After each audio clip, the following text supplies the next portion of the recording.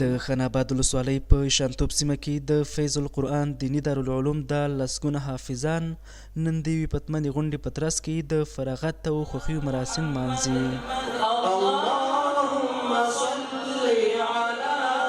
د دغه دارالعلوم مسؤلین وایي د اسلامي امارت له بیا ځلې واکمنېدو را په دې خوا هیواد کې د زده کړو ښه زمینه برابره شوې او له ټولو ځوانانو غواړي تر څو د زده کړو په برخه کې له منځته راغلي فرصت څخه په سمه توګه ګټه واخلي. تقریبا 1 کسان فارغېږي او د دې مختلف وختونه دلته 2 کاله 3 کالو کې دا قرآن عظیم شان ختم کړی او انده کې موږ دینه دا تقاضا کو چې دوی په دې درس باندې او تنا په دې حفظ باندې اکتفا وکړي، باید دوی نور علومو کې کوشش وکړي او د دې درس او تدریس کې خدمت وکړي او د مسلمانانو بچي اولادونه د علم طرف ته تشویق کړي. له دې سره فارغ شوي حافظان خوښ دي چې له 3 کلونو خواریو زیارګالو وروسته د فضیلت پګړۍ پر سر کوي،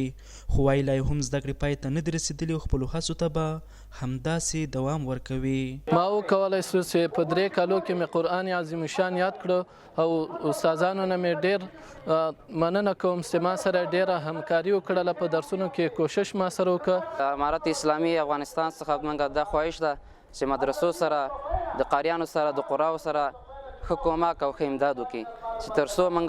ټول تاسو په جامعه کې یو شی زده کړو او بل چاته یې واورو، بل چا باندې زده کړو.